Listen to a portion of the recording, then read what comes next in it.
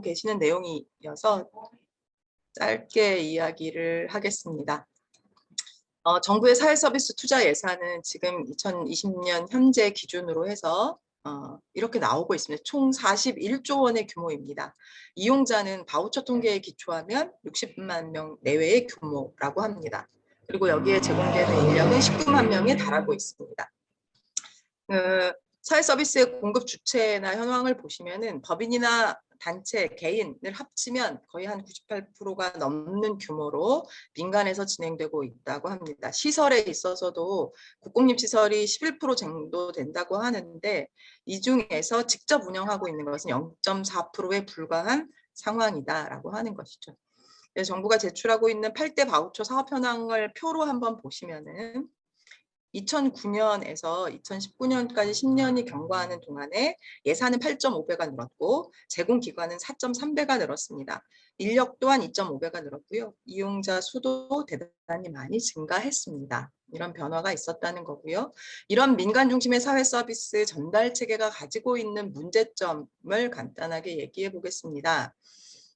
민간 주도 사회 서비스가 확장되면서 규제 완화가 굉장히 많이 이루어졌고 민간 업체들, 개인까지 포함해서 이 시장에 많이 진출이 되었습니다. 이 재원의 상당수는 70% 이상은 공적으로 만들어지고 있고요. 이용자의 약간의 부담이 결합되는 방식입니다.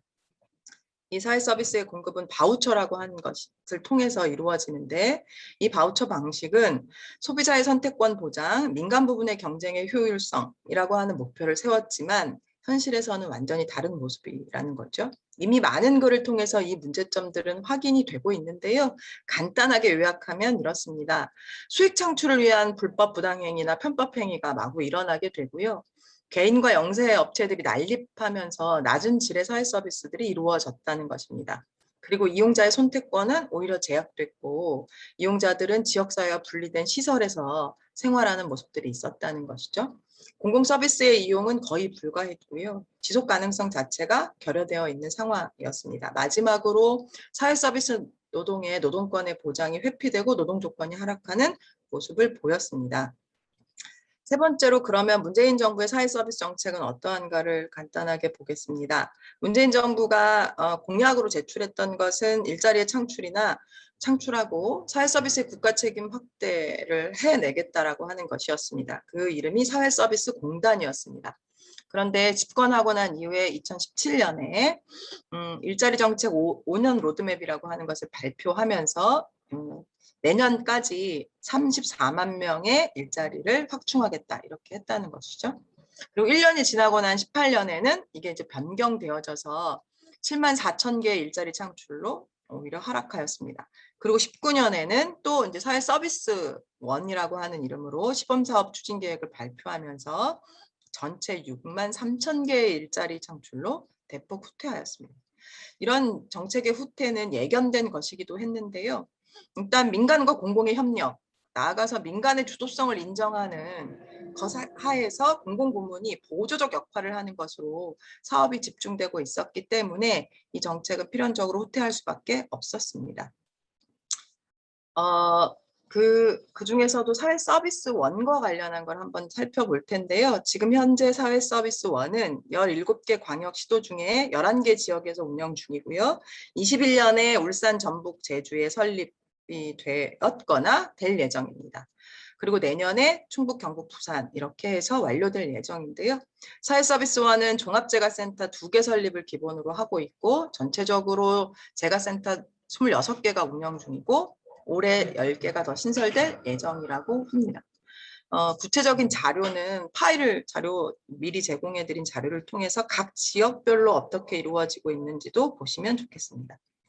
최근에 사회서비스원이 이제 여야 합의로 국회 상임위를 통과했는데요. 이 사회서비스원법은 사실상 지역의 공적 돌봄 체계를 구축할 수 있는 최소한의 기능조차 할 수 없는 내용으로 담고 있습니다. 이 내용에서는 명백합니다. 민간이 하지 못하는 부분을 보조적으로 할 수 있다. 그 외에는 안 된다라고 하는 것이 너무 명백하게 법 내용으로 들어가 있다라고 하는 것이죠. 이런 어떤 사회서비스원이 진행되고 있는 상황에서 이 1년간에 걸친 시범사업에 대한 평가의 내용들이 여러 자료를 통해서 나오고 있는데요. 이거는 공공운수노조가 토론했던 토론 내용을 간단하게 요약해 본 겁니다. 사회서비스원 1년을 하면서 여전히 저임금 불안정 일자리가 이루어지고 있다라고 하는 것이죠. 서울을 제외한 나머지 3개 시범사업에서 요양보호사들은 전원 시급제로 고용되어 있었습니다. 그리고 사회서비스 사업의 대부분이 민간에서 이루어지는 조건이기 때문에 거기서 매칭되고 남은 주말, 심야, 장시간, 초단시간 이런 서비스를 중심으로 의뢰가 되기 때문에 이 노동자들에게 예측 가능한 노동시간, 고정성 이런 것들을 애초에 확보하기 어려운 상황이었다라고 하는 평가였습니다. 두 번째는 별도의 재정 투입이 되지 않는 자체 수입으로 조달하는 재가센터 운영이라는 독립재산식 운영을 이제 제출하고 있었는데요. 이것은 현실에서 불가능하다라고 하는 것이 확인되었습니다. 민간과 병존하고 있는 상황에서 독립재산세를 하게 되면 단가, 시간당 단가의 방식 계산을 현실화할 수밖에 없었고 이윤을 중심으로 운영을 고려할 수밖에 없는 상황을 초래했었다는 거죠. 그래서 한계가 너무나 뚜렷했다라고 하는 것을 평가하고 있습니다. 그래서 전체적으로 사회서비스의 현황에 대해서 그리고 문재인 정부 정책이 갖고 있는 현황과 문제점에 대해서 요약을 드렸습니다. 두 번째 크게는 돌봄 노동자들의 현황과 실태를 좀 볼 건데요. 일단 이제 주로 정부 자료를 가지고 왔습니다. 2020년을 기준으로 해서 사회서비스 노동자의 규모는 약 110만 명 정도 된다고 합니다. 고용과 임금 현황을 잠깐 보시면 복지시설에서 일하고 있는 노동자들의 경우에는 월 평균 근로시간이 이렇고 월급제 비율은 96.4% 정도 되고 평균 임금이 299만 원이라는 것이죠. 그런데 이제 장기 요양 재가를 하고 있는 노동자들의 경우에 근로시간은 75.8시간이고 복수로 근무할 때 조금 더 늘어납니다. 125.4시간. 월급제 비율은 8.7%이고 월 평균 임금은 80만 원이었습니다. 그리고 복수 근무를 하게 될 경우에는 126만 원 정도로 조금 늘어납니다. 바우처 기관에서 일하고 있는 노동자들은 월 평균 근로시간이 82.7시간이고 월급제 비율은 14.9%에 불과합니다. 임금은 97만 원 정도 된다고 하고요. 그래서 사회서비스 노동자들의 평균 임금은 전 산업 노동자들의 70%에 불과하고 비정규직은 57%에 달하고 있습니다. 시간의 수당을 수령하고 있는 노동자도 37%밖에 되지 않고 있고 유급 휴가를 받고 있는 노동자도 20.4%에게만 적용되고 있다라고 하는 것이 정부 자료에서 확인되고 있습니다. 조금 더 구체적으로 들어가서 노인 돌봄을 보면 노인 돌봄에서 요양보호사를 중심으로 볼 건데요. 실제로 민간 시설은 25,149개 정도 된다고 합니다. 이 중에서 국공립시설은 243개, 0.69%, 1%가 채 되지 않는 상황이라는 것이죠. 전체 일하고 있는 종사자는 47만 명인데 이 중에 요양보호사가 94%를 차지하고 있습니다. 그리고 특히 재가급여 요양보호사가 37만 7,726명 정도 되고 있다라고 하는 것이죠.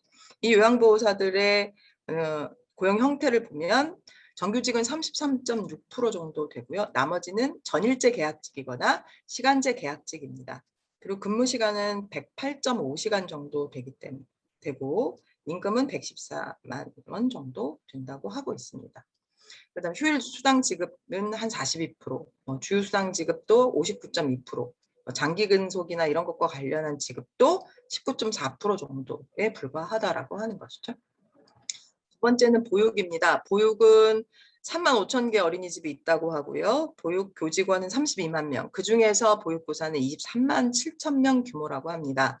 20년을 기준으로 해서 살펴본 것이고요. 국공립 어린이집에서 있는 개수는 10%가 조금 넘은 상태에 있습니다. 그리고 국공립에서 일하고 있는 교직원, 그러니까 이제 전체 일하고 있는 종사자는 5만 9천 명 정도 이렇게 되고 나머지는 전부 법인이나 민간 어린이집에서 일하고 있었습니다.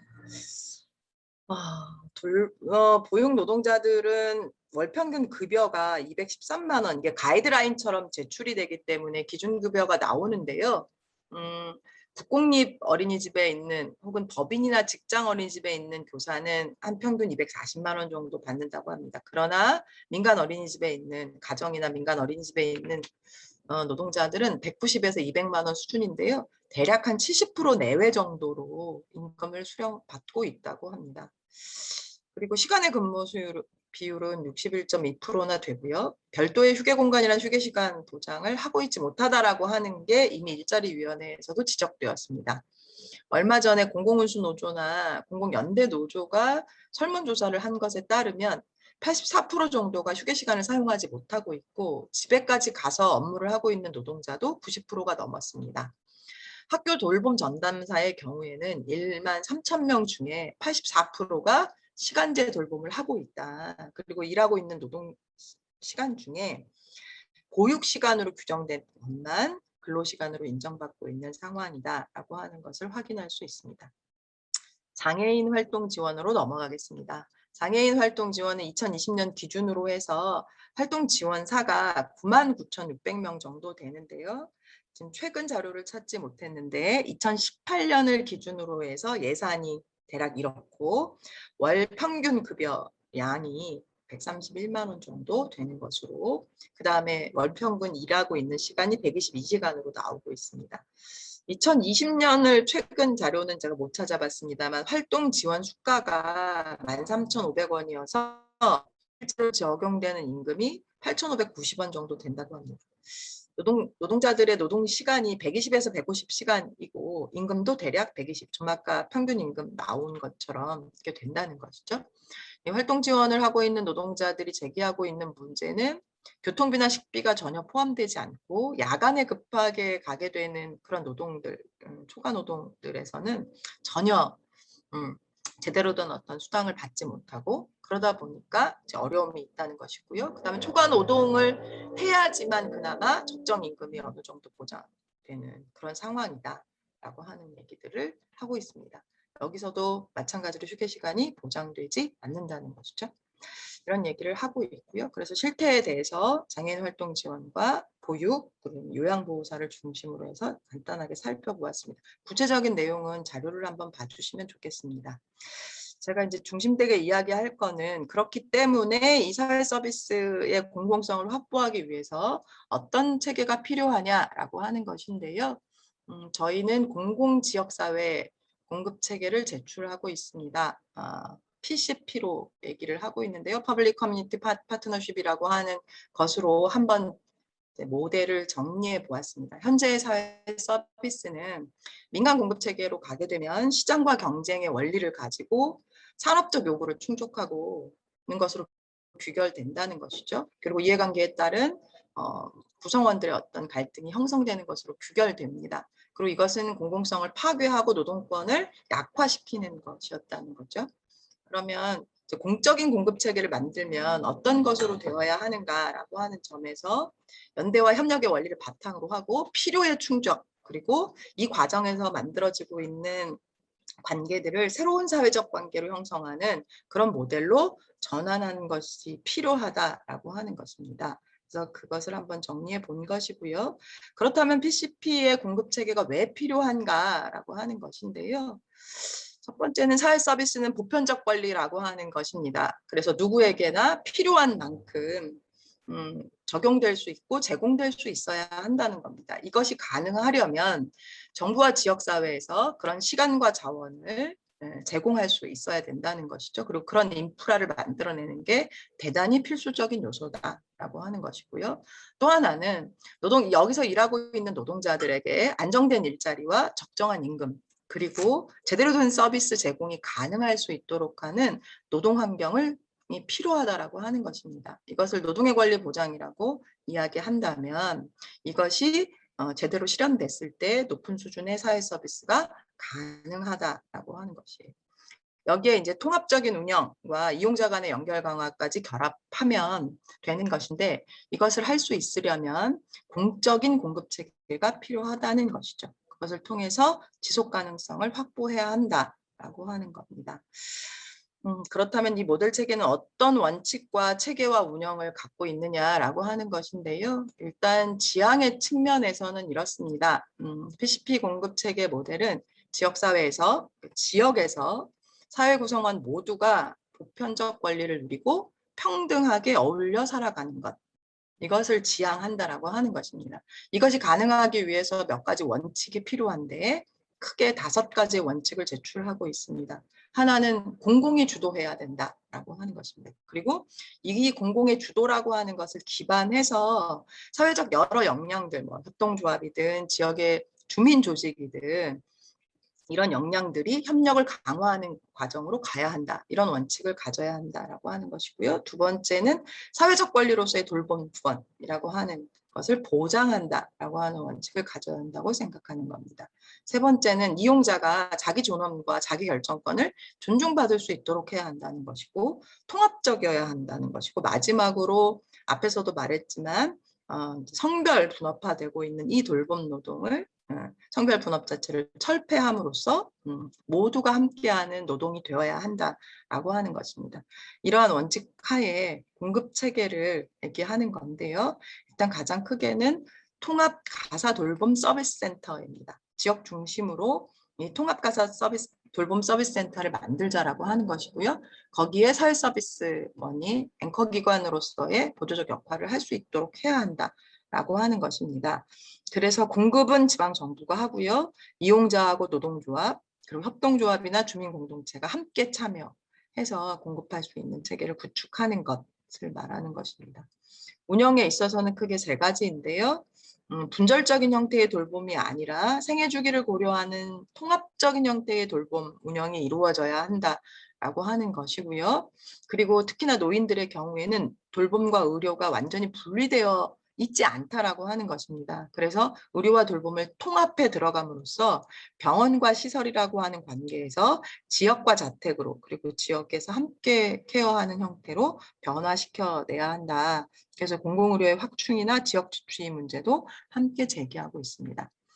그다음에 그 운영의 주체로서의 지역돌봄위원회를 이야기하고 있는 건데요. 이 지역돌봄위원회는 연대와 평등에 기초한 의사결정이 될 수 있도록 해야 한다는 것이고 참여 주체, 특히 이용자와 서비스 노동을 제공하고 있는 제공자의 민주적 의사결정이 이루어져야 한다는 것이고 그리고 통합적인 서비스 제공이 이루어질 수 있도록 해야 한다라고 하는 것으로 이야기할 수 있겠습니다.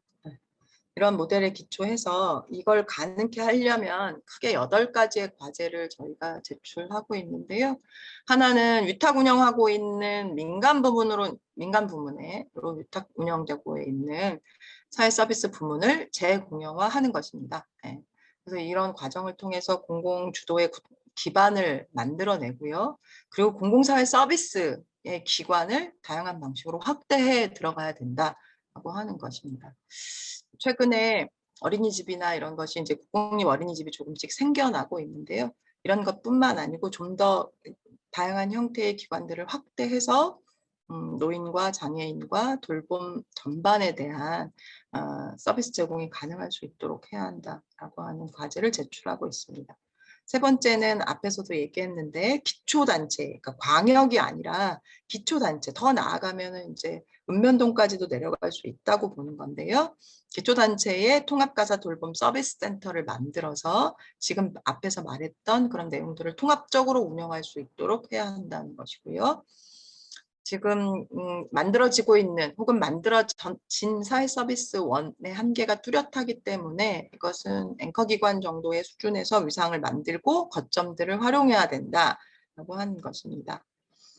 5번째는 현재 사회 서비스를 제공하고 있는 민간 기업들과 그다음에 지역의 토호, 이제 공무원 뭐 있겠죠.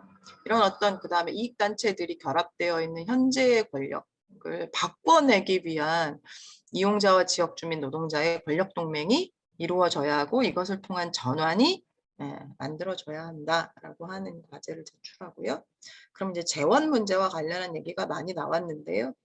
논의도 많이 되었습니다만 저희는 증세를 하는데 이것을 증세를 할 수밖에 없다 이렇게 보는 것이고요. 그리고 이제 노인요양보험을 가사 돌봄 보험으로까지 확대해서 지원을 마련해 보는 것이 어떻겠느냐라고 하는 것입니다. 7번째는 이걸 가능하기 위한 법 제도로서의 공공사회 서비스법을 제정하는 것. 그리고 공공의료의 문제가 돌봄의 문제와 분리되어서는 안 된다는 점에서 공공의료의 확대와 지역 주치 제도를 마지막 과제로 제출하고 있습니다. 이걸 이렇게 한번 정리를 해봤습니다. 핵심 4대 과제를 어떻게 볼 거냐. 그래서 첫 번째는 공적 돌봄의 체계의 중심을 잡고 수평과 연대 모델을 만들고 그래서 민주적인 참여나 지역사회의 개입과 통제가 이루어질 수 있도록 하고 이 공적 돌봄이 현실화될 수 있는 법과 제도를 만들어내고 그리고 마지막으로 노동권의 보장을 실현해 내므로써 지역 공공 중심의 돌봄 체계를 구축해 보자라고 하는 제안을 하고 있습니다. 이상입니다.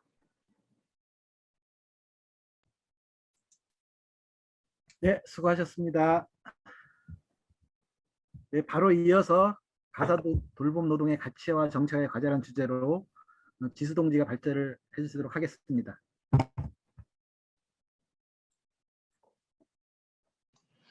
네, 반갑습니다. 제가 자료 좀 올리고 말씀 이어갈게요.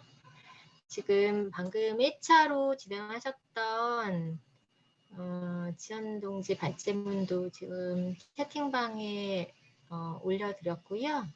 제가 지금 진행하는 것도 올려드리고 시작하겠습니다.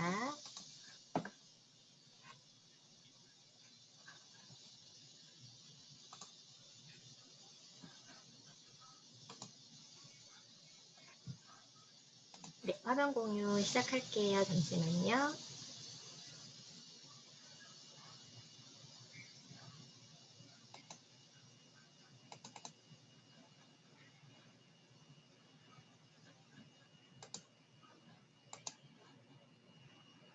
네, 화면 공유 진행 중이죠.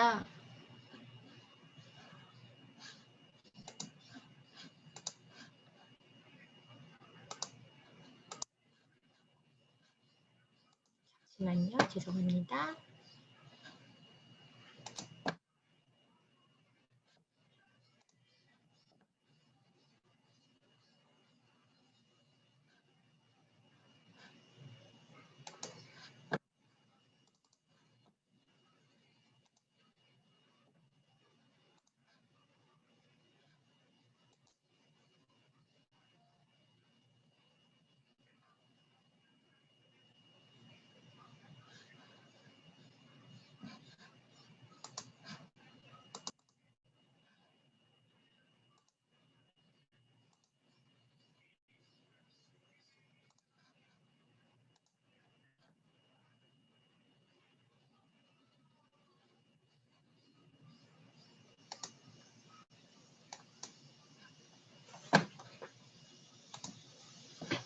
네, 이제 시작하도록 하겠습니다.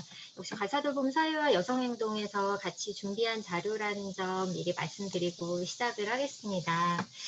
그 가사 서비스 앞서서는 이제 돌봄의 사회화를 어떻게 어떠한 틀로 어떤 고민을 가지고 진행할 것인가라는 것 위주로 말씀을 드렸다면 사실상 이 우리가 생각하는 그 돌봄 가사의 사회화 부분에서 많이 빠져 있는 고민들이 바로 가사 서비스 노동자의 현실과 집안 내에서의 가사 노동이 아닐까라는 생각을 합니다. 그래서 보면 가사 서비스라는 것들을 어떻게 개념화할 것이냐라는 측면부터 좀 시작을 해보면 여기 이제 가사 서비스 정의라고 나와 있는 부분은 최근에 5월 20일에 통과된 가사근로자 고용 개선 등에 관한 법률안에 나와 있는 정의입니다.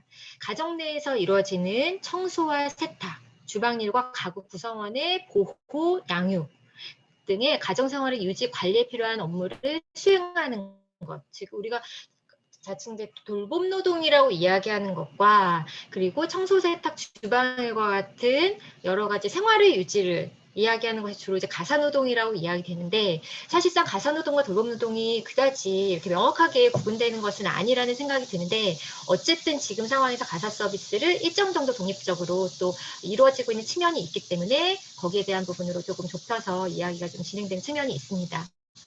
여기 보시면 기존에 가사 서비스가 어떤 방식으로 진행이 됐냐라는 것들을 보실 수가 있는데요.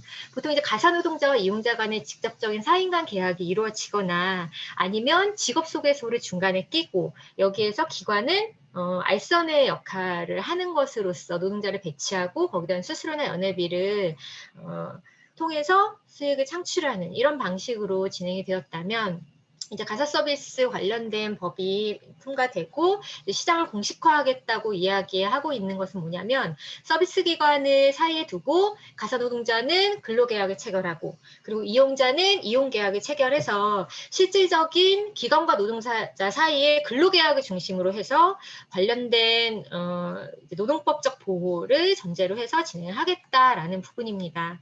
그래서 실제 그 전에는 고객과의 실질적인 근로계약이라고 표현되었다면 이제 이용자로 이야기되는 고객과 노동자와의 관계에서의 의무관계보다는 기관과 노동자와의 근로계약 그리고 기관과 이용자와의 서비스 계약 이런 방식으로 이제 구성이 되는 거라고 생각해 주시면 될 것 같습니다. 가사 서비스 노동자들의 이제 현실을 보면 일단은 규모부터 좀 짚어볼 수 있는데요. 이게 사실상 통계청에서 이야기하는 것과 국회 예산정책처에서 그리고 가사노동자협회에서 이야기하는 것들이 굉장히 사실 많은 차이가 있는데 실제 통계청에서 2020년 2월 지역 고용조사 기준으로 봤을 때는 가사 육아 도우미로 분류된 노동자는 14만 4천 명입니다. 이게 코로나가 진행이 되면서 사실상 좀 줄었어요. 2019년도보다 조금 줄어든 수치인 건데요. 그중에서 여성 노동자가 차지하는 비중이 98.6%입니다. 14만 2천 명. 그러니까 2천 명을 제외하고 나머지는 다 여성 노동자라고 이제 보시면 될 것 같아요. 굉장히 여성 비율이 절대적으로 높은 그런 업종이라고 보시면 될 것 같습니다. 여기 표에 보면 국회 예산정책처에서는 사실 이제 아랫부분에 가사도우미를 16만 7천 명, 육아도우미 10만 8천, 간병인을 약 10만 명으로 보고 있는데요. 사실 이제 간병 노동도 대부분의 이제 호출 알선 노동의 형태로 가사 노동자와 유사한 방식으로 알선 방식, 호출 방식으로 이제 일하고 있고, 그래서 같은 유형으로 가사 서비스 노동자로 묶이기도 하고 따로의 또 돌봄의 비공식 노동으로 이렇게 이야기되기도 하는 범주이기 때문에 사실 이제 간병인이 포함되어서 이제 국회 예산정책처에서는 39만 명 이렇게 보는 것이고 가사노동자협회는 60만 명에 달하는 것으로 추산하고 있는 상태에 있습니다. 굉장히 많은 수가 실제 일을 하고 있음에도 불구하고 노동 실태를 보면 일단은 연령 딱 눈에 들어오시죠. 평균 연령이 58.5세, 대부분의 60세 이상의 고령 여성 노동자들로 구성이 되어 있습니다. 근로일수, 총 근로시간이 115시간이어서 노동자들이 실제 받는 월 급여액을 가지고 나눠 보니 실제 이 노동자들이 받는 임금을 기준으로 다시금 산정을 해보니까 평균 시급이 1,623원 정도로 추정이 되더라고요. 그러니까 대략 이제 10,000원 정도의 시급으로 실제 일을 하고 있는 상황이라고 보시면 될 것 같고, 이건 사실 이동 시간이나 또는 이동 시간이 포함되어 있지 않기 때문에 그것까지 이제 감안하면 임금 수준은 더 낮은 것이고, 실제 코로나 시대를 또 경유하면서 굉장히 일자리가 많이 감소하고 있는 상황을 통계에 반영하고 있지 않기 때문에 실질적으로 일하는 근로시간도 굉장히 지금 많이 줄어든 상황에서 더욱 노동 조건이 열악할 것으로 예상되고 있습니다. 사회보험도 보시면 특히 그 고용보험 같은 경우가 대부분 1인 이상 사업장 가입을 하도록 되어 있는 거기 때문에 실제 84.1%가 미가입 상태라는 것, 이게 이제 가지고 있는 상시적 의미가 되게 큰 것 같고요. 건강보험은 사실 가족들한테 이제 피부양자로 등재되어 있는 분들이 많으시기 때문에 미가입자가 상대적으로 좀 적게 나오는 거라고 이제 보시면 될 것 같습니다.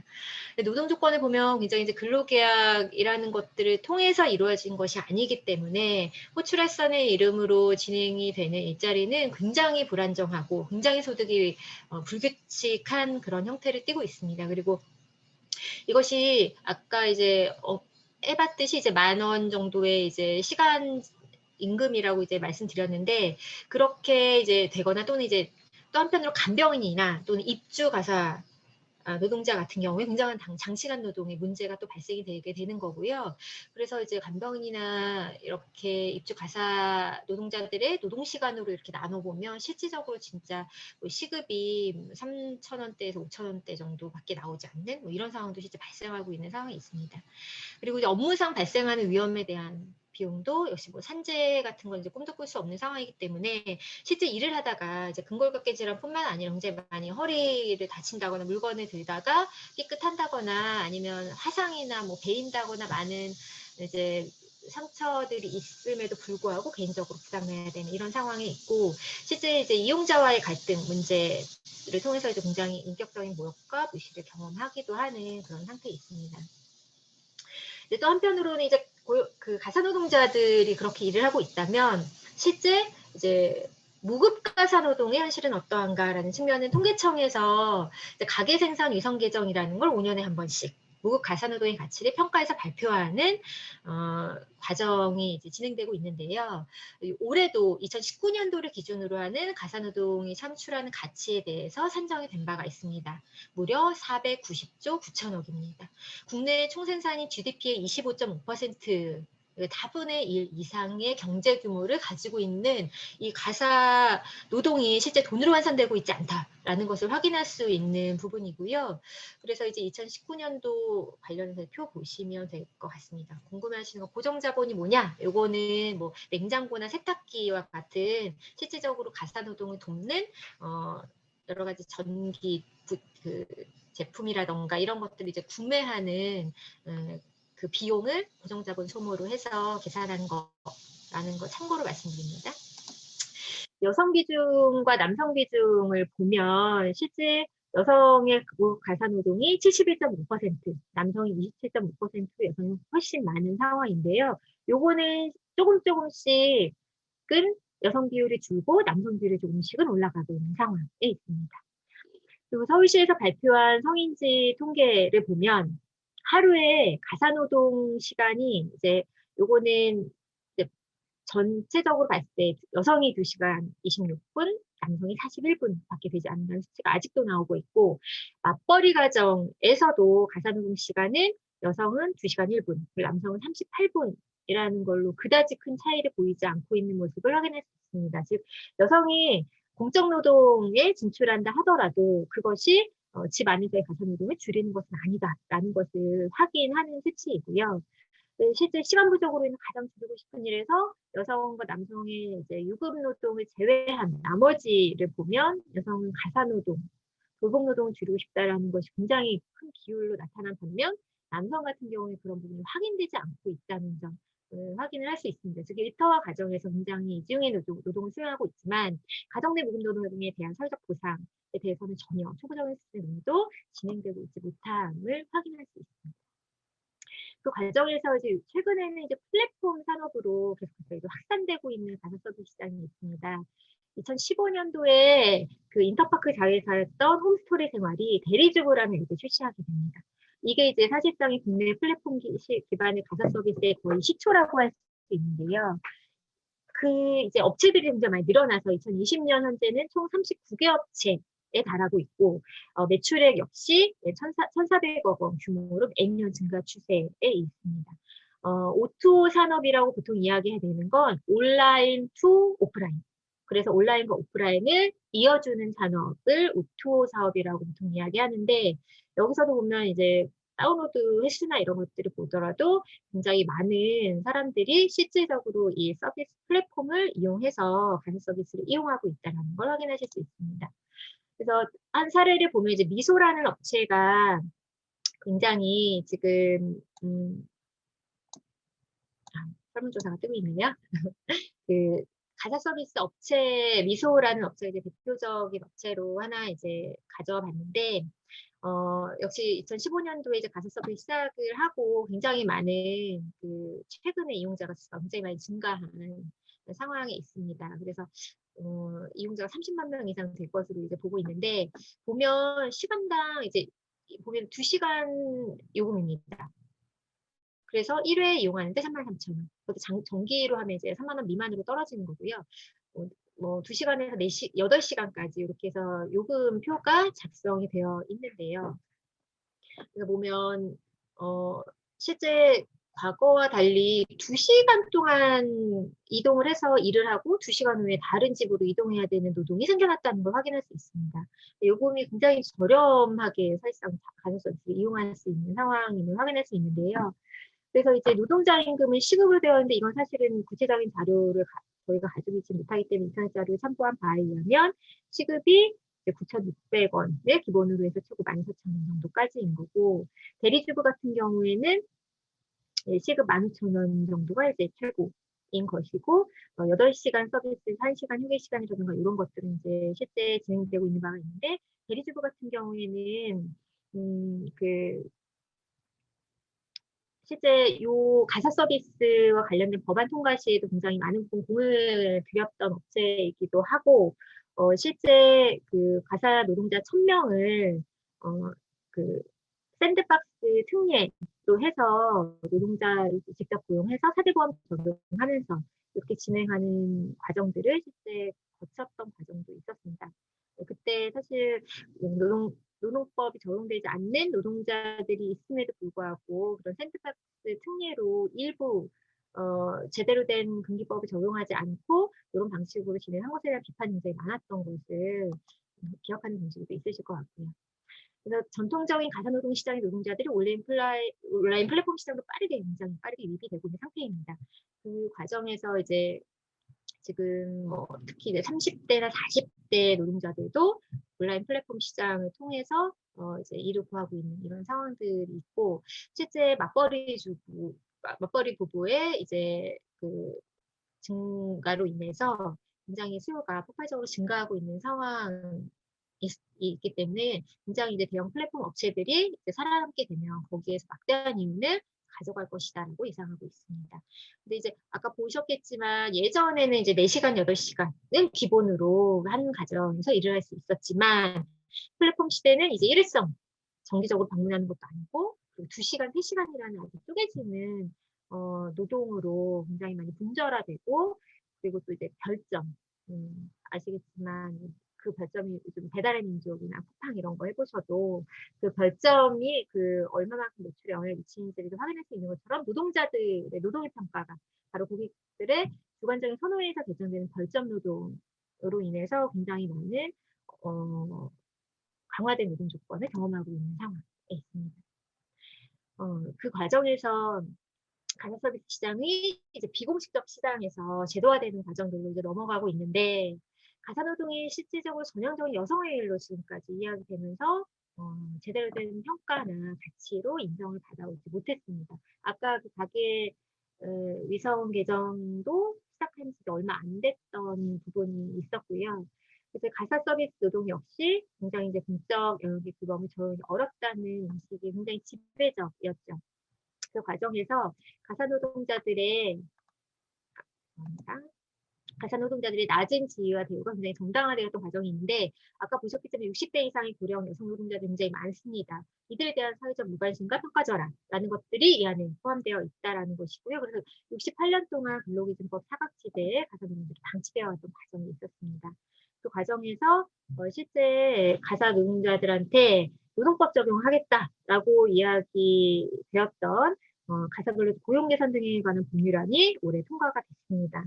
근데 이제 이게 68년 만에 된 너무 이제 소중한 성과이고 굉장히 이제 의미 있는 성과라고 이제 많이들 환영을 했지만, 사실 굉장히 많은 한계가 있는 법입니다. 법에 적용을 받는 노동자들이 가사노동자 전체가 아닙니다.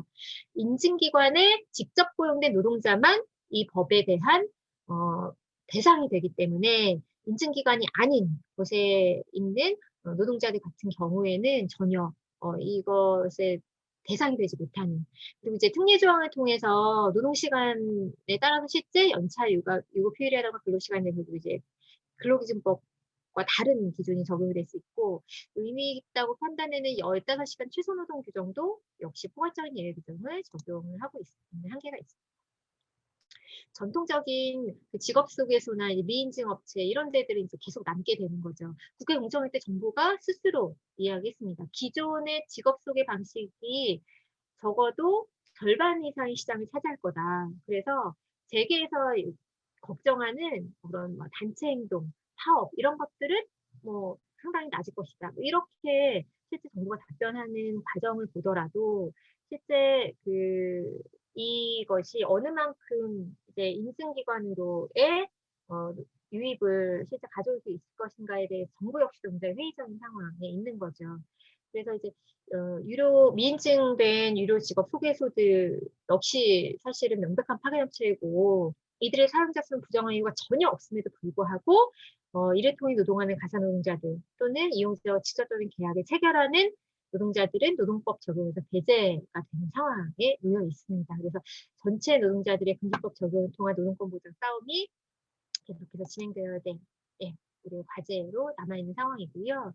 이 과정은 플랫폼 사업자의 요구들과 사실은 맞물려 있었던 과정에 있었습니다. 그래서 공식적으로 이 시장에 들어오려는 플랫폼 업체들의 요구들과 산업화, 시장화하려는 이제 정부의 공식화 요구들이 이제 만났던 그런 과정들이 있고요.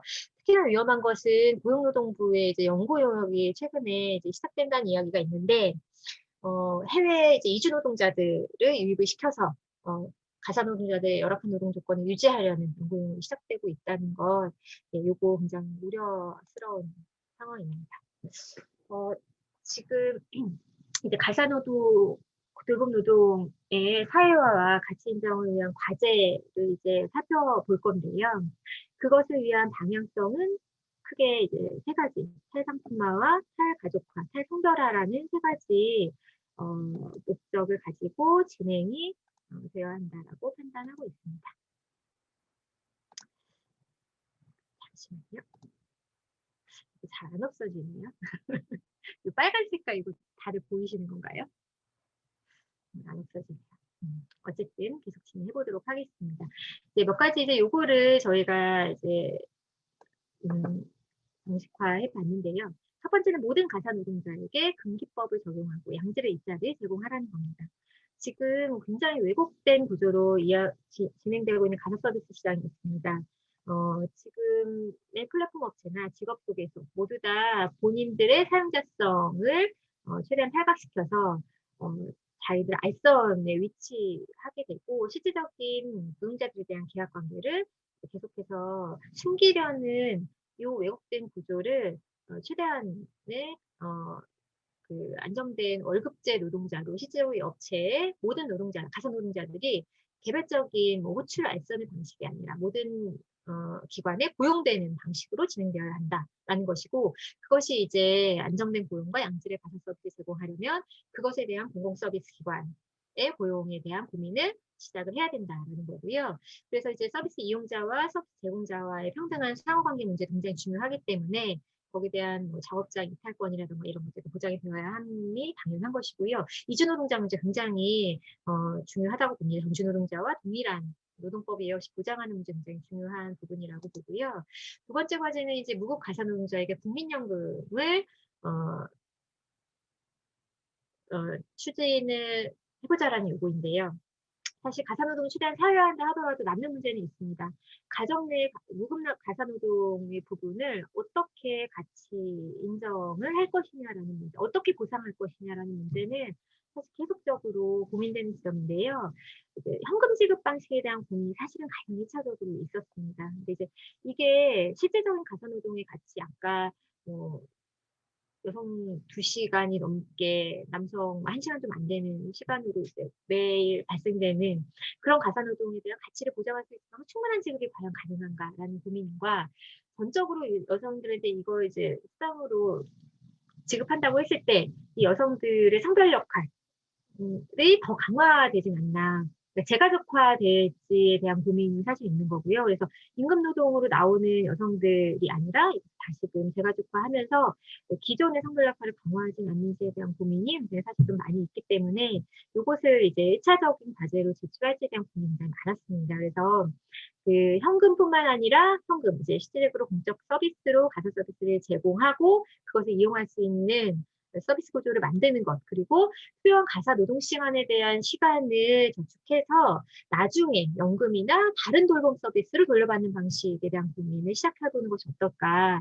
그래서 예를 들면 이제 지금 국민연금 제도에 보면 연금 크레딧이라는 게 있어서 출산, 기간과 그리고 이제 뭐 실업 기간 그리고 군대에 가 있는 기간 이런 기간은 실제 내가 납입을 하지 않아도 실업 같은 경우는 내가 25%를 납입하지만 출산이나 군대 같은 경우에는 납입하지 않지만 납입한 걸로 인정해서 이제 진행하는 과정이 있는데 이런 거라든가 독일에는 이제 어머니 연금 제도라는 게 있는데요.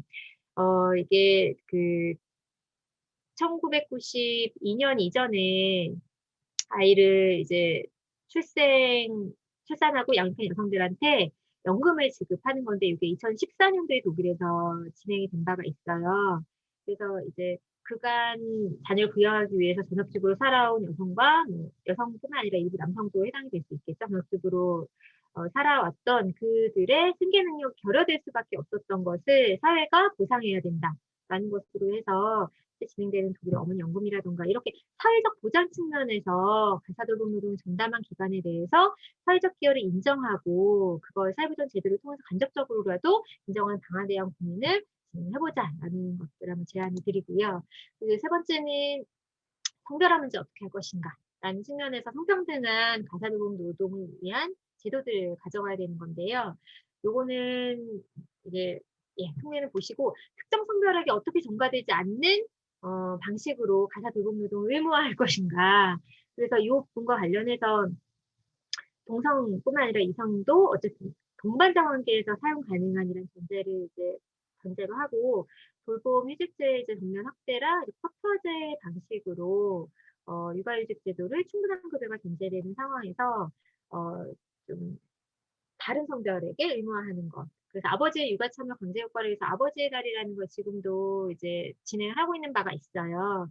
그래서 두 번째 한 명이 그 육아휴직을 쓰고 나면 그 다음에 다른 부모가 주로 이제 어머니가 먼저 쓰니까 아버지가 이제 나중에 쓰게 되면 3개월 동안 100% 임금 지급을 하고 그 한도가 이제 250만 원까지 증가했습니다. 원래 150에서 250으로 이제 지금은 금액도 많이 늘어났고 그래서 이제 남성들이 가사노동을 예를 들어 3개월은 100%고 그 이후에 9개월 동안에는 50% 최대한도 120만 원 범위 내 이렇게 해서 아버지의 달이라는 제도를 한국 사회에서도 만들어 놓은 바가 있지만 의무화되어 있지 않습니다. 그래서 이것을 의무화하는 것에 대한 것. 재원에 대한 고민이 굉장히 많을 텐데 예를 들면 뭐 특정 사업장 이상이 되면 기업에 적담하고 그 이하는 정부에서 부담하는 이런 방식으로 진행할 수 있고 스웨덴에서는 실제 부모육아급여를 지급하는 재원을 사회보장기여금이라는 제도를 통해서 진행을 하고 있습니다. 이게 대부분 사업주가 납부하는 사회보장기여금인데요. 노동자 한 명을 고용하면 그 노동자 임금의 31.4%에 해당되는 금액을 이 사회보장기여금에 재원을 제출을 하게 되어 있고요. 세금 명목으로요. 그래서 이 재원을 가지고 스웨덴의 부모 휴가 급여가 진행되고 있습니다. 이제 이런 것들을 통보해 볼 수도 있을 것 같고요. 그리고 이제 아까 서비스 부분이라고 이야기했던 이 부분, 공적 가사노동 체계를 구축하는 문제가 있습니다. 굉장히 이제 필수적인 노동임에도 불구하고 왜 공적 서비스로 제공이 되는 고민이 없었을까? 앞서서 이야기도 나왔지만 통합가사돌봄센터를 통해서 노동자들이 지자체에서 직접 고용해서 가사 서비스를 제공하는 거예요. 그리고 이용자들은 해당 서비스를 부담스럽지 않은 비용으로 이용하는 거죠. 그래서 정부 지원으로 이용 대상에 따라서 차등 지원을 한다면 지금도 이제 일부 취약계층 서비스라고 해서 뭐 8,000원에서 9,000원, 뭐 만원, 12,000원 내면 실제 이용할 수 있는 서비스를 지자체에서 취약계층 중심으로 진행하고 있는 그 서비스들도 있습니다. 이제 근데 어쨌든 이것들을 취약계층 보호 이런 것들을 넘어서서 진행을 하는 것이 필요하지 않을까. 그리고 여러 공유부엌이나 부엌 공유 세탁소나 공유재로서의 사회 서비스 시설을 확충한다거나 시장화 방식이 아닌 여러 소규모 가사돌봄 공동체 지원을 함께 진행해보는 것 이런 것들로 촘촘하게 진행해볼 수 있지 않을까라는 것이고요. 예, 그리고 마지막 기타로 해서 모두를 위한 노동시간 단축과 노동시간 조정이 필수라고 생각을 합니다. 가사돌봄 노동의 탈성별화는 노동시간 단축을 존재하지 않고는 진행되지 않습니다. 남성의 장시간의 여성 가사노동이라는 것들, 그 공적노동이라는 것들이 실제 돌아와서 가사노동을 수행할 수 없는 상황들을 만들기도 하고 또는 이것이 면제부가 되기도 하고 하는 상황이라고 보고요. 그래서 모두를 위한 노동시간 단축 그리고 그거는 공적 노동에 있어서의 노동시간 단축뿐만 아니라 집에서의 가사노동의 노동시간 단축까지도 같이 포함되는 부분으로서 이야기되어야 한다. 그래서 공적 노동에서 노동시간의 주권 문제 굉장히 중요하죠. 노동시장 유연화와 연동되어서는 안 되는 것이기 때문에 노동시간의 주권 문제 굉장히 중요하고 또 재생산 영역, 사적 영역이라고 이야기했던 가사노동 문제에 있어서도 노동시간 단축 어떻게 재구성해 나가고 단축해 나갈 것인가에 대한 고민이 필요하다고 봅니다. 그리고 그 가사 돌봄 노동의 가치를 존중하는 사회를 만들기 위해서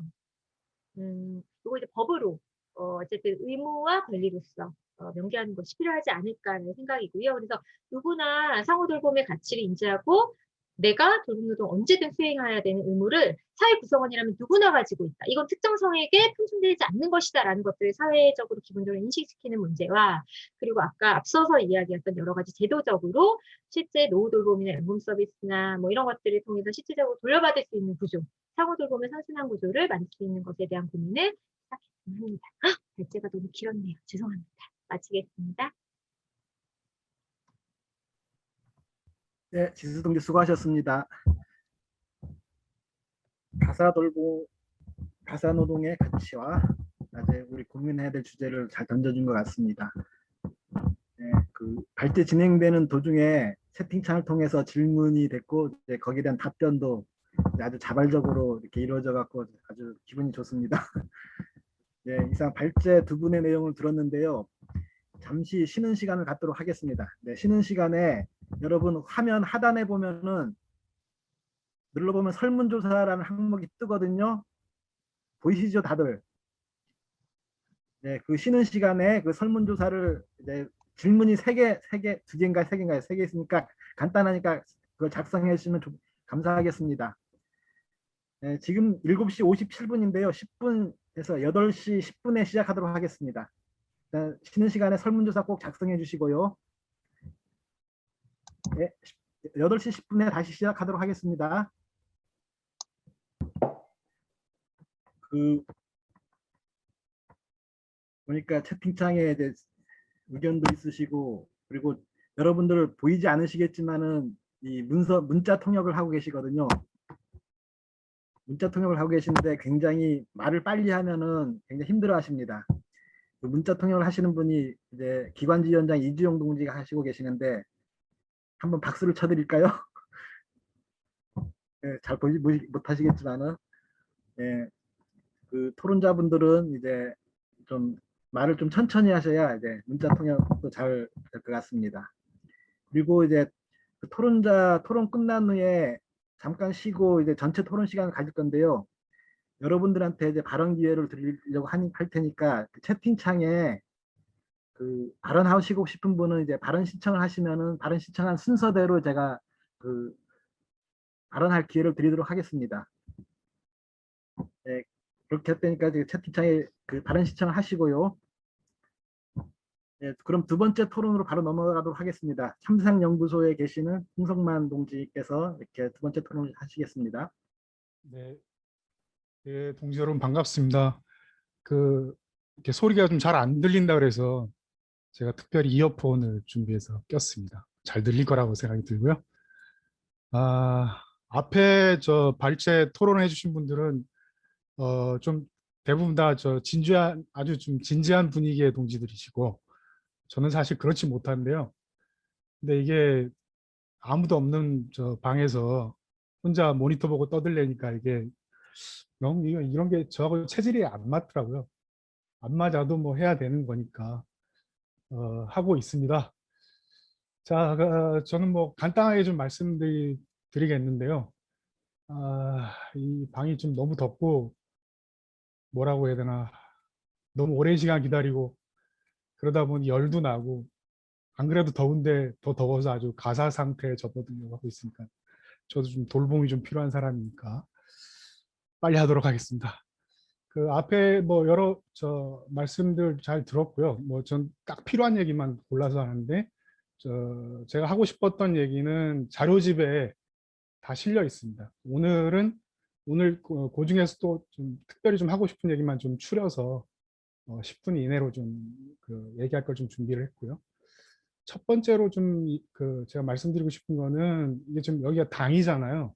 그 사회주의 대중정당 건설을 목전에 두고 계신 당인데 그냥 뭐 가사나 돌봄 노동의 뭐 사회화나 가치화가 어떻다 저떻다 이런 거를 지금 따지는 데에 멈출 수는 없는 문제다라는 거죠. 이걸 어떻게 좀 조직화해서 주체화하고 그리고 당의 이제 문제로 가져갈 것인가에 대한 그 고민들이 좀 이어져야 되는데 발제문에는 좀 그런 느낌이 조금 좀 적은 것 같아서 약간 좀 걱정이 좀 되는데요. 한 두 가지 정도로 좀 접근할 수 있지 않겠나 싶어요. 그러니까 첫 번째는 시장이나 정부에 의해서 민간 주도로 공급되는 이제 가사 서비스에 대한 사회화, 이 주체를 누가 할 거냐. 이게 이제 뭐 그 발제에서 나왔습니다.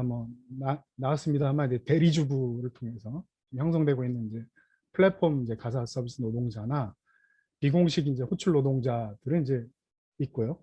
그리고 이제 각종 요양기관의 요양사들이나 이제 그 어린이집 교사들 같은 이제 돌봄 노동자들이 있습니다. 뭐 이분들은 이제 당연히 이제 노조를 통한 뭐 조직화나 주체화가 가능할 거라고 보고 오늘 발전은 주로 이제 이 이야기들을 중심으로 좀 진행이 좀 된 것 같아요. 근데 앞서 우리 제갈용 선생님도 말씀해 주셨습니다만 결국 굉장히 많은 이 무급 가사 노동 하고 있는 뭐 전업 주부일 수도 있고 그리고 이제 뭐 일과 그 양육을 동시에 하는 뭐 그런 이제 여성 노동자일 수도 있는데 아무튼 이제 주로 이제 가정에서 이루어지는 이제 무급 가사 노동에 대한 이 조직화나 이 사회화들은 누가 어떻게 할 것인가 이게 가장 관건적인 문제가 아니겠는가라는 좀 생각이 좀 들어요. 뭐 이에 대한 좀 대안이 있어야 돼요. 그리고 결국 이제 뭐 사회주의 노동자 대중정당을 건설한다면 우리가 이제 뭐 노조를 통해서 노동자 일반을 조직하고 그리고 또 정치적으로 이제 당원들을 조직하는 문제뿐만 아니라 뭐 이런 의제들, 그 가사 노동의 이제 사회화나 돌봄의 사회화를 가지고 지역의 이제 주민들이나 여성들을 조직하는 이제 그런 문제들이 굉장히 중요한 문제로 이제 나설 수밖에 없지 않느냐. 그래서 보니까는 뭐 여러 지금 조직, 이제 특히 진보당 같으면 이제 뭐 울산에서 돌봄 반상회 뭐 이런 이제 사례들도 서로 뭐 내부적으로 좀 보고를 하고 있고 그 돌봄 및 이제 육아 관련한 공동체들이나 뭐 노동조합, 협동조합이나 뭐 하여튼 뭐 기타 여러 가지 형태로 이미 시민운동 진영이나 협동조합 진영에서는 뭐 일정한 이제 조직이 들어갔는데 여기는 전혀 이제 밑바탕 없이 그냥 맨 땅에 헤딩해야 되는 그런 상황에서 지금 이런 이제 숙제들을 풀어 나가야 된다는 생각이 좀 들고요.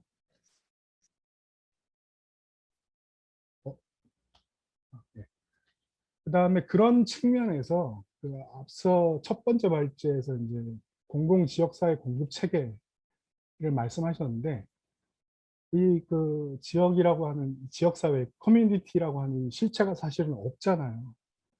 그러니까 우리가 단순히 로컬이 아니라고 한다면 로컬이라고 한다면 뭐 로컬에서 이제 지역이라고 하는 건 뭐 지역에 이제 이게 이제 뭐 지역 정치에 결합할 수 있는 뭐 일정한 좀 자산이 있고 시간도 되는 그런 그래서 굉장히 좀 보수적인 그런 집단들이 대부분인데 우리가 여기서 말하는 커뮤니티는 사실 그런 뭐 그냥 단순한 어떤 로컬적인 그런 개념이 아닐 테고 오히려 이제 지역이면서 공동체적인 그런 그 주체들이 이제 다양하게 구성이 될 텐데 과연 이제 이 의제 관련해서 이 커뮤니티 어떤 실체나 주체가 어떻게 조직되고 어떻게 그 구성이 돼야 되느냐 그리고 또 하나는 있느냐 이게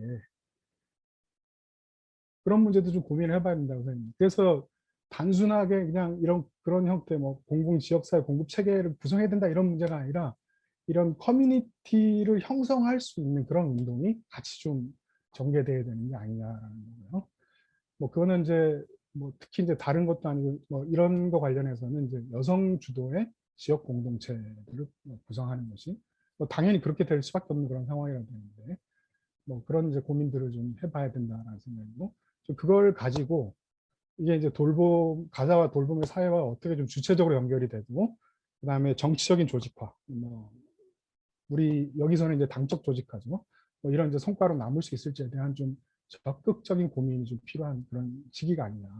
이게 없으면 사실은 뭐 시장화를 넘어설 수 있는 그런 운동을 전개할 수조차 없는 거잖아요. 우리가 무슨 뭐 의회에 들어가고 무슨 법률 만들고 제도적인 거를 해서 뭐 하자고 하는 그런 뭐 거기에만 이제 제한되는 그런 건 아닐 텐데 이런 그 주체들이 형성이 되지 못하고 이런 이제 뭐 그 여성 주대 어떤 지역 공동체와의 그 결합을 통해서 이 운동들이 전개되지 못하면 뭐 사회화는커녕 뭐 시장화도 뭐 올바른 방향으로 뭐 재조직할 수 있는 그런 뭐 동력들은 구성이 되기 어렵다. 노동조합만으로도 뭐 이게 사실상 힘든 문제 아니냐라고 좀 생각이 들고요. 자, 두 번째 문제는 저는 뭐 그 가사나 돌봄 노동의 사회화가 자본주의 하에서도 일정하게 가능하다라고 보는 입장입니다.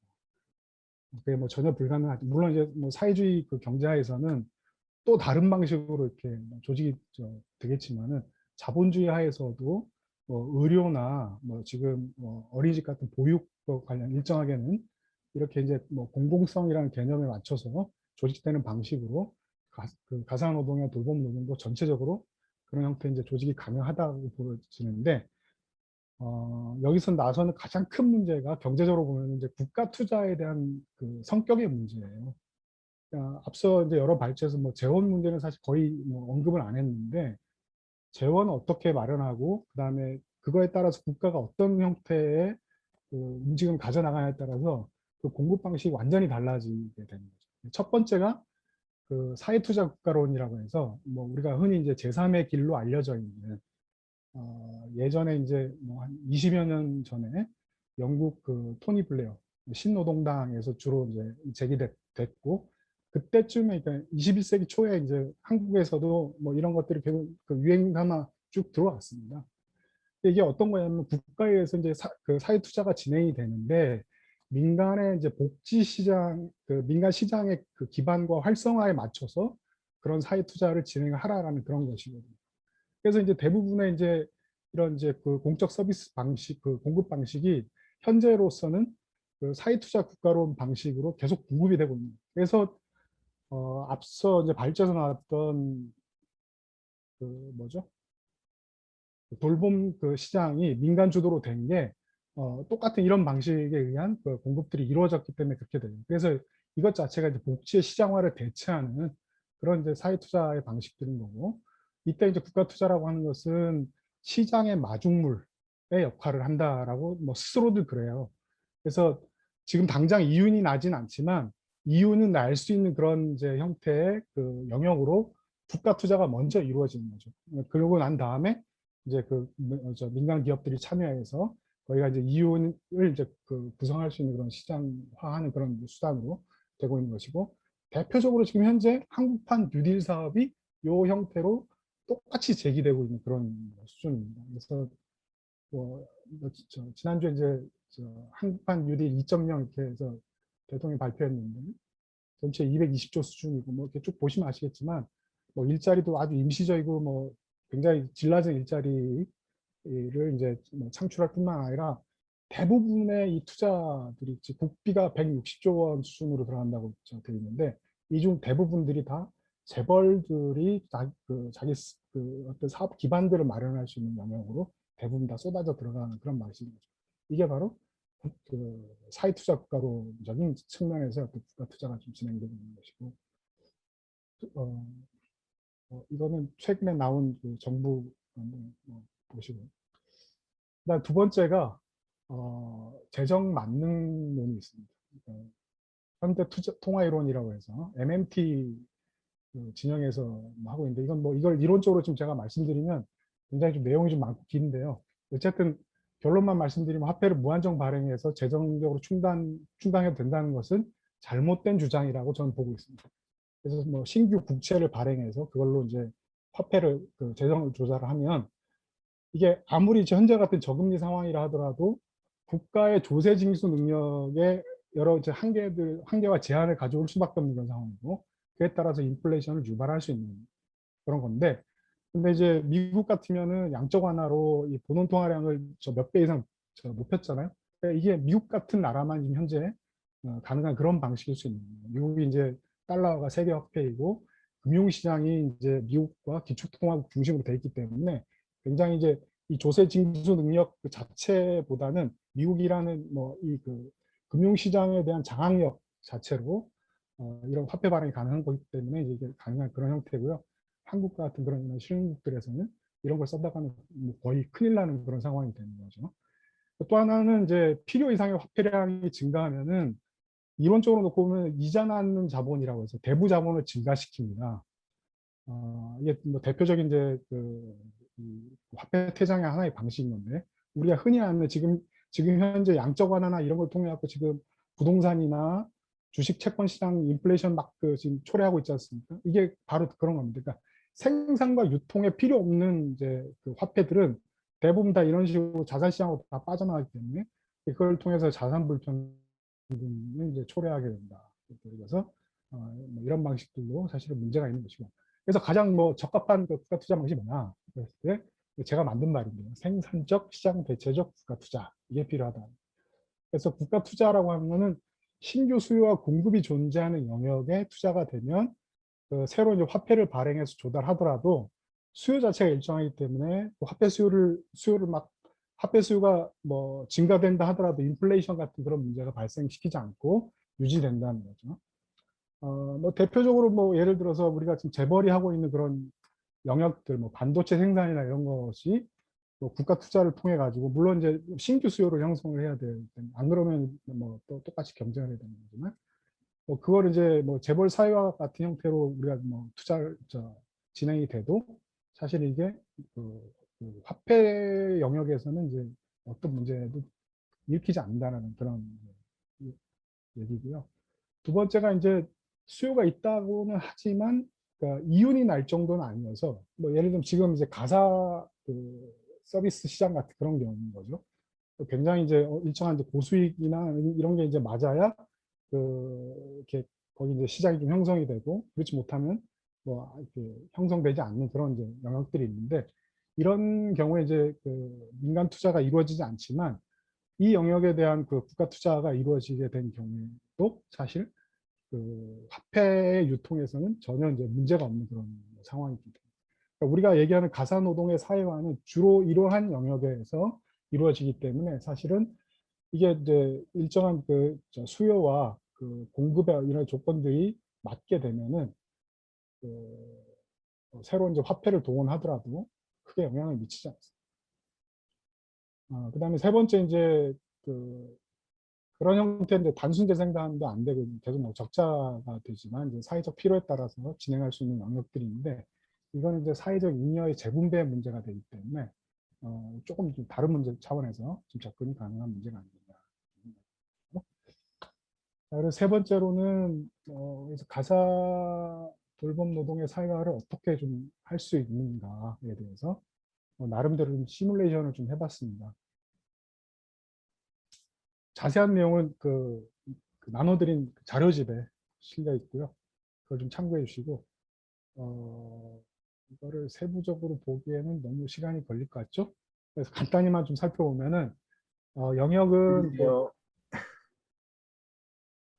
네, 간단히 살펴보면 뭐 400만 명 정도에 253조 원 정도가 소요가 된다는 건데 아까 490조 원이라고 했잖아요. 근데 이게 왜 253조로 줄었냐? 이게 바로 그 생산의 사회화 효과입니다. 그래서 뭐 그런 정도로 이제 줄어든다고 보시면 되고요.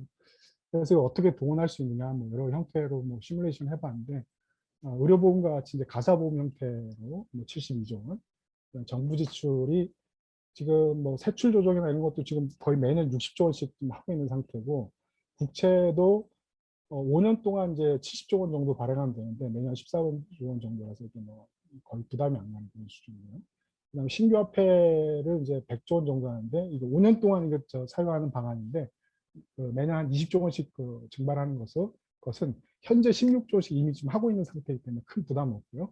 근데 물론 이 100조 원은 다시 이제 5년 이후에는 정부가 이 100조 원 세금으로 다시 흡수해서 재환원하는 그런 계획들을 가져가야 돼요. 그래서 이거는 뭐 세수 확대 또는 이제 증세를 포함한 그런 이제 계획이다라고 보죠. 아무튼 충분히 현실화 가능한 그런 계획으로 볼 수 있다 이렇게 생각됩니다. 마치겠습니다. 예, 수고하셨습니다. 감사합니다. 주체화 조직화 얘기하다니 갑자기 100조 넘는 돈 얘기를 하셔갖고 네. 발제 두 분, 토론 두 분 잘 들었습니다. 네. 일단 전체 토론 시간으로 넘어가기 전에 잠깐 5분 정도 쉬는 시간을 갖고 여러분들이 이제 발언, 질문이나 토론할 내용 생각하는 시간을 이렇게 부여하도록 하겠습니다. 지금 8시 54분인데 9시에 시작을 해서 그 질문이나 의견을 받을 테니까 채팅창에 발언 신청을 하시면 되겠습니다. 꼭 채팅창에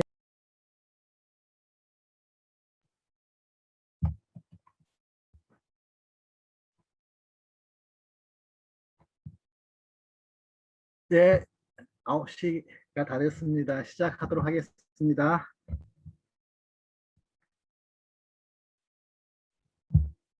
다들 들어오셨죠?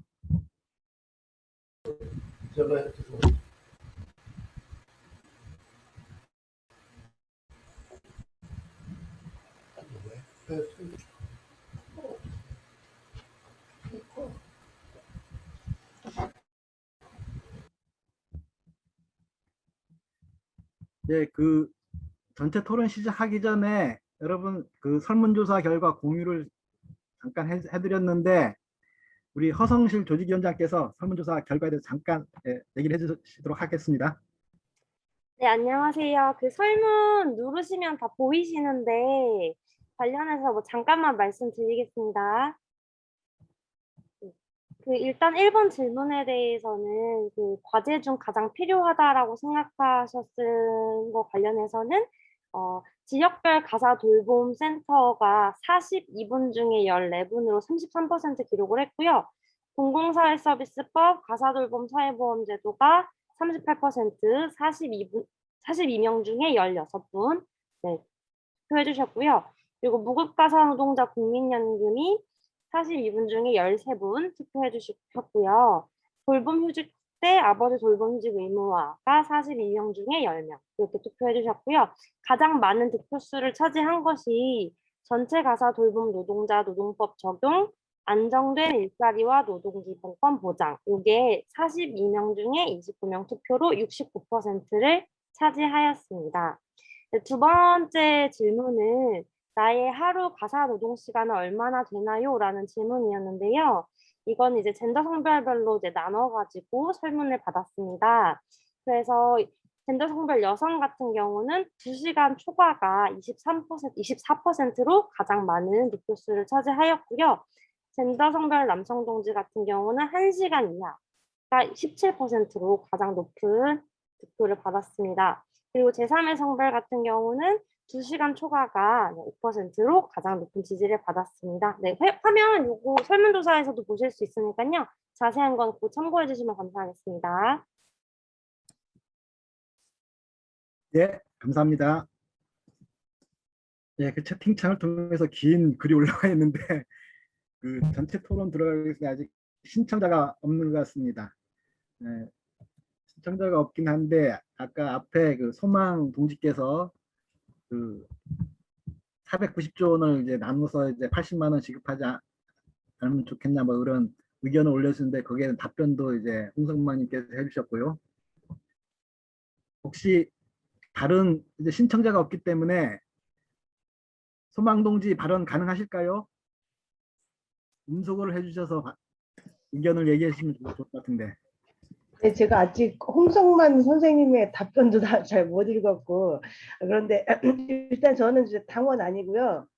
그냥 이제 그냥 그런 거 상상하는 거잖아요. 가사 돌봄 노동 가치화가 되게 어려운데 이제 막 발언이 이제 사회적 발언이 조금 더 확산되고 뭐 그러는 시점이지 그냥 그게 몸은 이제 방난정인데 현실은 이제 아니고 뭐 이런 상황인 것 같고 그래서 네 그런 어떻게 그런 고민들을 그냥 하는 과정인 거죠. 그 사백 이게 현실적으로 가능하다라든가 뭐 저도 뭐 재원에 대해서는 뭐 전혀 고민할 수 있는 상황 처지도 아니고 뭐 이런 경제 뭐 흐름 이해가 뭐 있고 이런 건 아닌데 네, 일단은 이제 그러면 가치가 있다라는 거를 그냥 우리 사회 구성원들이 알고 그러는 게 일단 중요하다는 생각인 거예요. 그래서 그런 주장들도 저는 가능하다고 생각을 하고요. 어, 그렇고, 근데 그것만으로 가능한 건 아니겠죠. 근데 그런 논의 속에서, 근데 거기서 이제 다시 사회적으로 그 어떤 제도화를 통해서 더 채워져야 될 것들이 있지만, 그러니까 어떻게 보면 이제 그 가치를 그냥 확산하는 그런 차원에서 어떻게 말씀드린 것 같고, 뭐 기본소득, 뭐 이렇게 우리가 그 어떤 사회 체제를 전망하면서 이거를 고민할 것인가 이렇게 하면 저는 할 수 있는 게 없다는 그런 생각이 드는 거예요. 그런 것 같아요. 그래서 여기까지 말씀드리고 다른 분들의 의견을 듣고 싶습니다. 저는 더 읽어보도록 하겠습니다.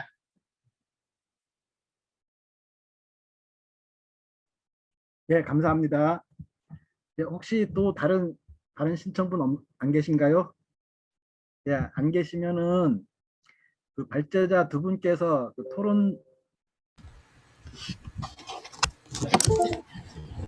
주신 내용에 대해서 혹시 의견이 있으시면은 얘기 저 듣겠습니다. 예, 예, 울산 박여성인데요. 예. 그 나는 두 가지가 좀 어떻게 해야 하는지 이야기하고 싶습니다. 사실은 사회에서 서비스원이 두립될 때 제일 문제는 우리가 장애운동에서 대표적인 단체가 전달연입니다. 전달연에 있는 소속이 있는 그 뇌비병 협회가 있는 센터들이 지금 그 센터들이 활동을 사고하고 있고 그들이 당사자주의 강해서 그 서비스를 거부하고 있습니다.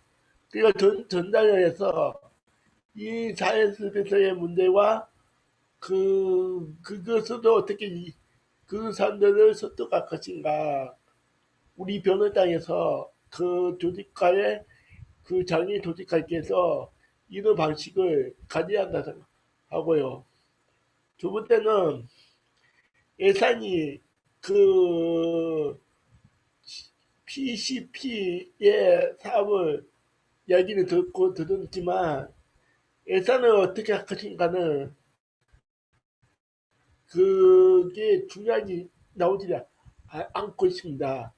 그래서 아까 그 기본소득이 어떻고 뭐 세금이 어떻고 하는 것보다 우리는 사회주의 대중정당의 목적이어서 그것을 방식이 어떻게 할 것인지 그것을 그건 돈 세금이 아니라 국가가 그거를 당연히 국가 문서를 어떻게 할 것인지 그 문서화해서 이런 사회 서비스 PCB에 어떤 구조로 돈을 집어넣어서 더 그 돈의 산을 갖고 서비스를 좋게 방식을 만들 것인지 이것이 논의를 들어야 한다 생각합니다.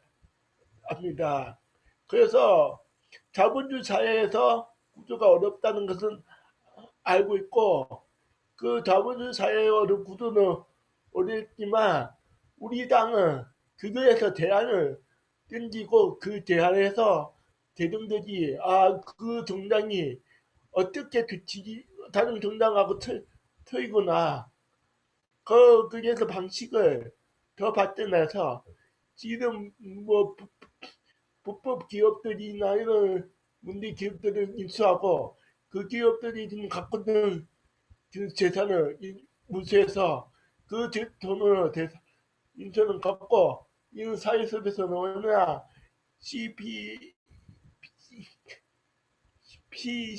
사업을 진행할 수 있는 사업이 밖에 없다고 생각합니다. 그래서 이것이 우리가 당의 대안이고 그 대안에서 대통령들 만났을 때 할 수 있다고 생각하고 그 정당이 다른 정당하고 뭐가 틀고 나는 것이 나와야 한다고 생각하는데 이런 거는 안 나오고 다른 것만 갖고 있던 것만 얘기는 다른 정당들이 갖고 있고 사회민주주의에 갖고 있던 복지 기능을 이는 갖고 정책을 갖고 나는 우리 변호당은 다른 진보 정당하고 차이가 없다고 생각합니다. 거기에서 방식과 어떻게 나갈 것인지 묻고 싶고 아까 전자연의 동지도하고 어떻게 있는 방식을 그 당의 동지도에게 우리의 있는 비의 사업을 설득할 것인지 이런 거를 고민하고 생각했으면 좋겠습니다. 그 박대희 이의원 동지에게 이 전자연하고 어떻게 사업할 것인지 한번 묻고 싶습니다. 네, 감사합니다. 활동 지원 서비스와 이제 전반적인 사회 돌봄과 관련한 재정 마련에 대한 우리 당의 원칙 마련이 필요하다 뭐 이런 얘기를 해주신 것 같습니다. 네, 혹시 다른 의견 없습니까? 네, 다른 발언 신청이 아직 없는 관계로 일단 발제자 두 분께 그 토론자 두 분이 해주신 내용이랑 그다음에 의견 말해주신 부분에 대해서 혹시 얘기하실 내용 있으시면 얘기해 주시기 바랍니다. 먼저 지수 동지 먼저, 아니 지연 동지 먼저 하실까요? 네, 지수 동지 먼저 하실래요? 사실 말씀하신 그 측면에서 동의되는 건 되게 많은데요. 그러니까 제가련숙 동지 말씀하셨던 해당 노동자들의 노동 조건 변화만을 이야기해서는 안 된다라는 측면이랑, 그래서 이제 요게 이제 저희 이제 발제문과 관련해서 저희가 이제 많은 부분 고민이 녹아져 있는 부분이기도 하고, 아까 그 가사 돌봄 사회화를 위한 과제 관련해서 무엇이 가장 필요하냐라고 했을 때도 참가자들이 가장 많이 이제 누구나 빠짐없이 선택해 주셨던 답이 사실상 이제 해당 노동자들의 이제 노동 조건 문제와 관련한 고민들이 사실 당적으로 굉장히 많고, 그 고민들이 이제 참가자들의 이제 당원들이 많다 보니까 그런 것들도 역시 반영되어 있다라는 생각이 드는데요. 그러니까 이제 요거는 이제 기본적으로 저희가 놓치지 말아야 되는 부분이고, 하기 때문에 이제 계속해서 주요하게 가져가야 되는 부분이라는 생각이 변함이 없지만, 말씀하신 것처럼 그것들이 이제 가사 돌봄의 사회화 문제가 노동자들의 노동 조건의 문제만으로는 그 접근만으로 해결되기 어렵다라는 것, 그러니까 전체적인 돌봄 시스템의 구조를 어떻게 만들 것인가, 공적 시스템의 구조를 어떻게 만들어 갈 것인가라는 것이 전제되지 않고서는 사실 노동 조건의 문제도 풀리지도 않을 뿐더러 실제 이제 그것들의 이제 접근은 어떤 것부터 시작을 해야 되는지를 말씀해 주신 것 같다라는 생각이 들어요. 그래서 이제 저희도 이제 논의를 하고 고민을 하면서 이 부분에 대한 고민들이 이제 앞서 이제 지연 언니가 아마 말씀해 주시겠지만 PCP 구조나 이런 것들로 이제 만들어졌다는 생각이 들고, 이제 조직화 주체화 문제, 홍성문 동지가 제기해 주셨던 이 부분이 사실 제일 고민되는 지점인 것 같아요.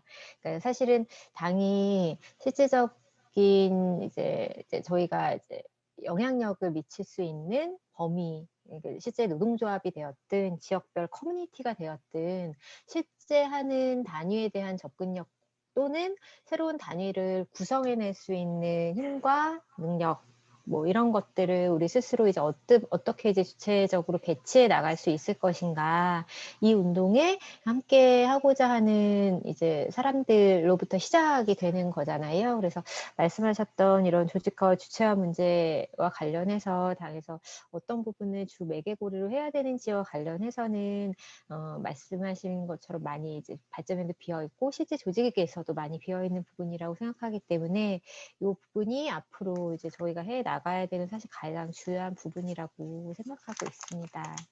네, 그래서 이 정도 말씀만 저는 일단 드리고요. 마이크 지연 동지한테 넘기겠습니다. 예, 지연 동지 얘기해 주세요. 사실 우리 제갈련숙 동지가 발제했던 내용, 토론해 주셨던 내용은 저희가 오히려 이제 들어야 될 주제들이 되게 많은 것들인 것 같아요. 고민이 되게 필요하고 이번 세션을 준비하게 됐던 이유도 사실은 노동의 문제, 노동권의 문제만으로는 이 문제를 해결할 수 없다고 보기 때문에 이 세션을 준비하게 된 거거든요. 근데 아직 부족한 것이죠. 예, 채워나가야 된다고 생각하고 있고 그 PCP 모델을 이야기했던 이유 중에 하나도 저희가 이 노동자들의 노동권 문제로만 저희의 고민이 협소했던 측면이 있었기 때문에 뭔가 전체적인 그림들을 그려내면서 어떤 정책적 내용들을 채워나갈 것인가 라고는 생각을 했던 것 같아요. 그래서 조금 그거는 적극적으로 수용하면서 얘기해봤으면 좋겠다 싶은 거고요. 여기 참여하신 분들이 몇 분이나 되시는지 잘 모르겠는데 그래서 홍성만 동지가 제기하셨던 그런 주체화의 문제에 대해서 저는 당 안에서의 동의만 이루어진다면 돌봄 사회와 돌봄 가사노동의 사회와 운동본부 이런 거 만들었으면 좋겠습니다. 근데 저희가 이런 실천의 과제까지 제안하지 못했던 것은 저희의 준비가 아직 덜 되었기 때문이죠. 그래서 근데 저는 가능성은 상당히 있다고 생각하거든요. 그 지역에서 정말로 많은 여성들이 돌봄 가사 노동 문제에 대해서 고민하고 있고 그리고 실제로 수행하고 있는 사람들이 대단히 많고 특히나 이제 우리가 이 페미니즘 운동이 확산이 되고 대중화되면서 여성의 노동의 문제가 사실 전면적으로 부각되지 못했던 측면이 있어요. 그런데 이제 가사 돌봄 문제 얘기가 좀 나오면서 이 문제들을 여성들과 이야기하기 대단히 좋은 조건에 있다고 생각하거든요. 근데 아직 이제 내용적 준비가 부족하다고 생각하다 보니까 그렇게 만나지 못하는 거죠. 이런 문제들을 이제 얘기해야 된다고 보는 거고, 근데 저희와 같은 당이 갖고 있는 장점 아닌 장점 중에 하나가 어떻게 될 건 노동의 문제를 계기로 해서 노동자들과 어떤 이야기를 나눌 거냐 이런 거를 고민을 많이 하는 편인데 이제 노동자들에게도 노동의 기본권 문제만이 아니라 그것을 제대로 온전하게 실현하기 위해서조차도 가사돌봄의 어떤 사회화나 공공성의 문제를 노동자들이 정말로 주체적으로 고민하고 뭔가 실천적인 계획을 마련해야 한다라는 어떤 얘기를 저희가 할 수 있어야 한다고 생각해요. 네, 그런 면에서 좀 필요하다고 보고요. 잠깐만요. 저 진행 네, 발언인데요. 네. 그 사회자하고 발제자 두 분 같은 공간에 계시잖아요. 한 분 아닌데요? 아, 그래요? 네. 사회하고 발제자 두 분 같은 공간이 아니에요? 네네네. 자가격리 상태여가지고 같이 안 있어요. 아, 그럼 왜 울리지? 그건 모르겠어요. 죄송합니다. 네. 들어가겠습니다. 다른 시간 주려고 했는데 그래서 오늘의 논의를 바탕으로 해서 그런 논의를 저희의 실천적 과제를 한번 조직 안에서도 본격화해 보겠습니다. 근데 그것의 초점이 저는 지역 정치라고 생각하거든요. 이 얘기를 지역을 중심으로 이야기할 수 있어야 된다고 봐요. 근데 좀 아까 우리 자가련숙 동지가 지방정부 못한다. 그런 정도의 재정적인 것들을 갖고 있지 않다. 이렇게 말씀하셨는데 저는 이제 그 재정의 문제와 관련해서는 당연히 중앙정부하고의 싸움이 필요하다고 보지만 어떻게 개입해 들어갈 건가 그 노동자들을 매개로 해서 혹은 여성들을 매개로 해서 어떻게 지방정부하고 이 공공성이 가능할 수 있는 시스템이나 모델을 가능하게 만들 건가 이런 투쟁과 정책적 개입은 얼마든지 가능하다고 생각하거든요.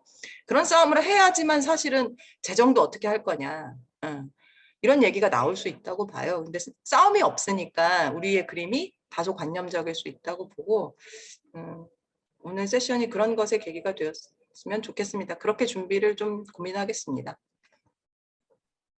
아, 그리고 하나만 더 우리 박혜성 동지가 제기했던 거 사실은 이제 전장현과 어떻게 이야기할 거냐 이런 말씀하셨는데요.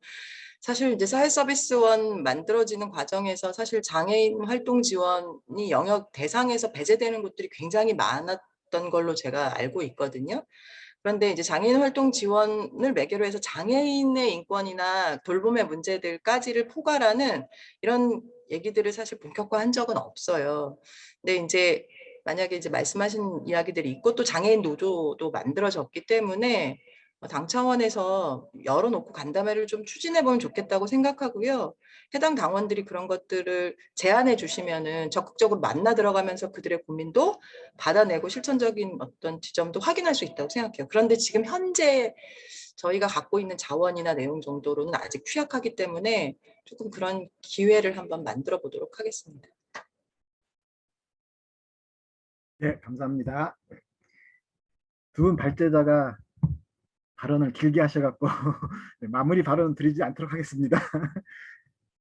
그 채팅창에 발언 신청이 없어갖고 혹시 뭐 직접 발언 신청하실 분 계십니까? 마지막 기회를 드리도록 하겠습니다.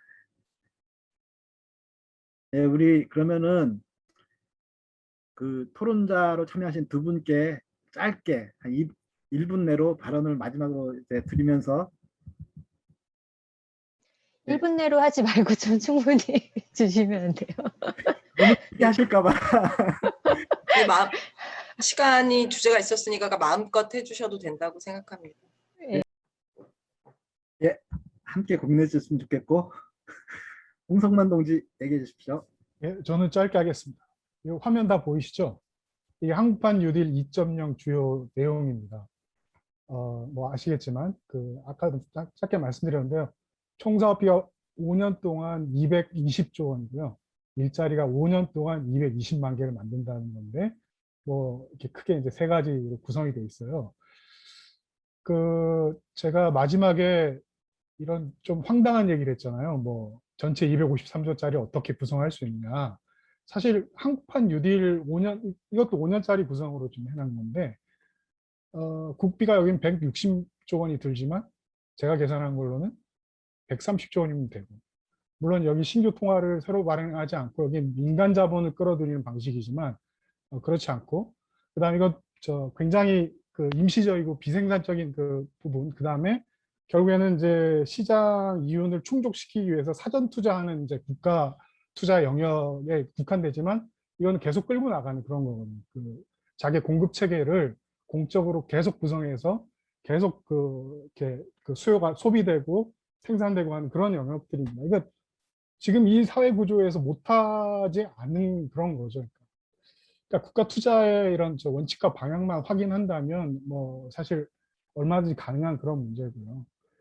저는 이번 지금 대선이 한 6개월 정도 이제 아직도 안 남았는데 그리고 뭐 원탁회의라는 곳에 지금 뭐 참여도 하고 있습니다만, 저희는 이런 의제로 대선 쟁점이 되기를 희망을 했어요. 그래서 가능하면 이 가사 돌봄 사회화를 주제로 한 대선 후보도 좀 나가보고 좀 그런 게 좀 좋지 않을까라는 생각도 좀 했는데, 그래야 좀 사회적인 의제로 좀 조금 더 구체적으로 좀 돼요.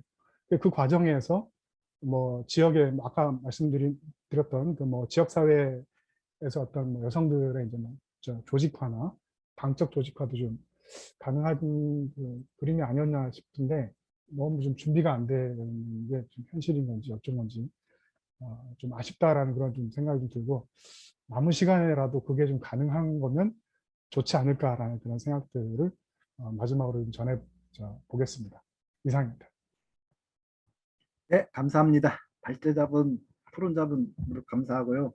의견을 얘기해 주신 분 감사합니다. 끝내기 전에 마지막으로 화면을 켤 수 있는 분들은 화면을 켜주시면 좋겠습니다. 우리 거리두기로 얼굴도 서로 못 보는데 계속 되니까 그때 다시 또 얼굴 보도록 하게요. 다들 수고하셨습니다. 이상 마치도록 하겠습니다. 네, 수고하셨습니다. 고생하셨습니다. 예. 고생하셨습니다. 수고하셨습니다.